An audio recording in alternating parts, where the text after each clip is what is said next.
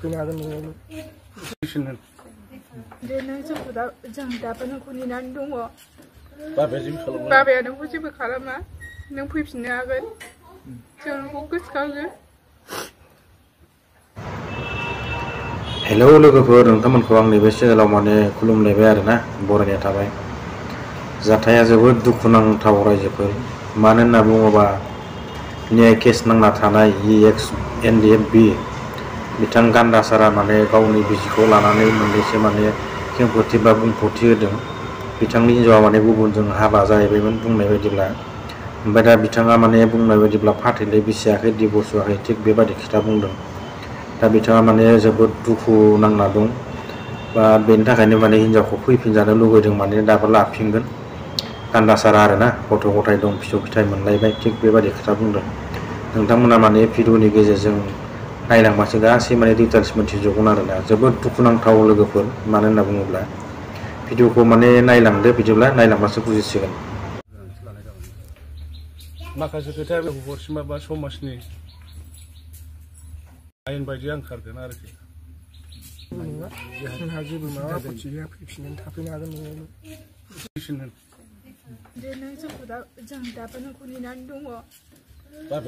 बाबाया नोंखौ जेबो खालामा, नों फैफिननो हागोन, जों नोंखौ गोसोखाङो।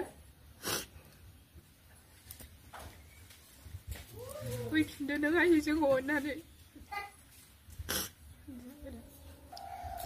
आङो बिहामजोखौ बै समनिफ्रायनो आङो नेनानै दङमोन, नाथाय मानि आंनि फिसालाया बेसेबां बोसोर जेल जानांदों।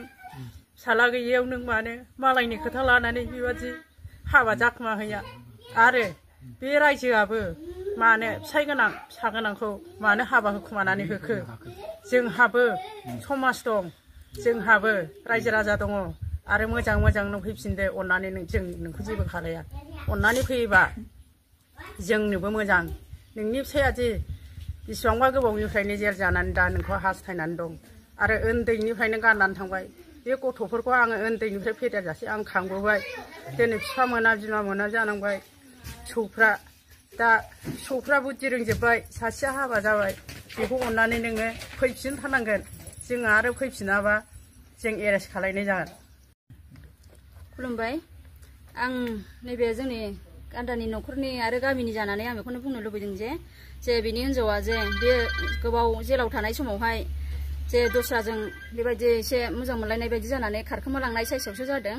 दा बेवहाय बियो गोबाव सम जेलाव जानानैबाबो बियो दिनैहाय न' फारसे सफैफिनबाय। दा न'आव सफैनानै बियो मोनफैबाय जे बिनि हिन्जावा गैया, आरो बिनि न'खरा बेसेबां दुखुआव सैनानै दङ। गथ' गथायफ्रा आलाय सिलायैनो देरबोबाय।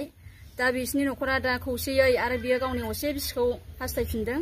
दा जोंबो बेखौनो लुबैयो जे कान्ट्रिया अननानै जे गावनि फिसाय आरो फिसाफोरखौ मोखां नायनानै आरो न'खरखौ मोजां खालामफिननो जेन हास्थायो, आरो गावनो गोसो जानानै जुदि बेवहाय फैफिनोबा बे न'खरा गासिबो वेलकाम, आरो रायजोफ्राबो बेबायदिनो वेलकाम। आं बेखौनो बुङो आरोना, अननानै फैफिनदो, बेखौनो आं रिकुवेस्ट खालामो। बिजामादै जानानै आइखौ खावलायदों, नों फैफिनदो आयै, जोंनि मोखांखौ नायनानै। आफायाबो नोंखौ जेबो खालामा, नों फैफिनदो आयै। आंनि बे गान्दानि गामियारि साखाथिनि जानानै दा बिथाङा जेलाव थानायाव जों समाजारि खुंग्रा हिसाबै आं समाजारि नेमखौल' बुंनो सानबाय। जेराव बिथाङा जेलाव थानायाव बे समाजारियाव बिहा फिसाय दंखायो, बेखौ बे गामियारि गोराफ्रा बा बे न'खरनि बेक्तिफ्रा, बे मोनसोर गामिनि रायजो राजाफ्रा बोरै हाबा होनो हाखो, बिनि सायाव एसे आङो दायखौ नुहुरदों। दाना बिथांमोनहा गामियारिनिफ्राय NOCबो हराखै आरो डाइभर्सबो जायाखै। बे समाव बियो समाजारि बेरेखा होननानै बिथांमोननिखौ आङो एसे बुंनाय जाबाय।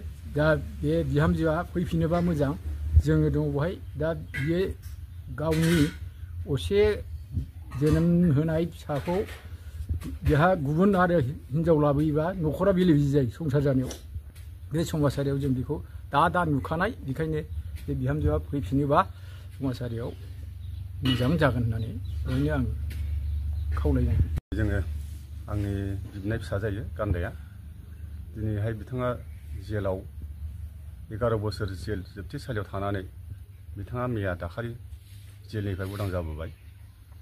फैनायनि नायफैबा बिथाङा गावनि आंगोनि बिसि बिथांखौ नुफैनो मोनाखै। दा बै समावहाय जाय मानसिया मोनसोरगाव गामियावहाय हाबा जाहैदोंमोन एबा जुलि जाहैदोंमोन, नाथाय बिथाङा दिनैसिम जेबो एनअसि हरनाय जायाखै। गामिनिफ्रायबो जेबो गावबुरा थुबुराफ्राबो जेबो एनअसि हरनाय जायाखै। बिथांनि हाबा जाखुमाहैनायखौ मोनथियाखैमोन। दा बिथाङा गावनि आंगो बिसिखौहाय दिनैहाय फैफिनजानो लुबैदों आरो न'खरनि गावनि फिसाला आरो बिजामादै फिसाजो बिमा गासिबो लानानै दिनैहाय बिथांखौहाय गान्थ्रि बिथांखौहाय दिनैहाय हांख्रायहरफिननाय जादों। बिथाङा गावनि गोसो खुसियै फैफिननो हागोन आरो बिथाङाबो गान्दायाबो दिनै गोसो खुसियै नाजावना लाफिनगोन। आं बेखौनो खावलायहरनाय जाहैबाय, बिथाङा अननानै फैफिनथों। समाजनि आयेन बायदि खारनाय जागोन बेखौ बुंखानाय जाहैबाय आरोखि। आदाया दिनै जेलनिफ्राय गबोबाय, अननानै फिसाफोरखौ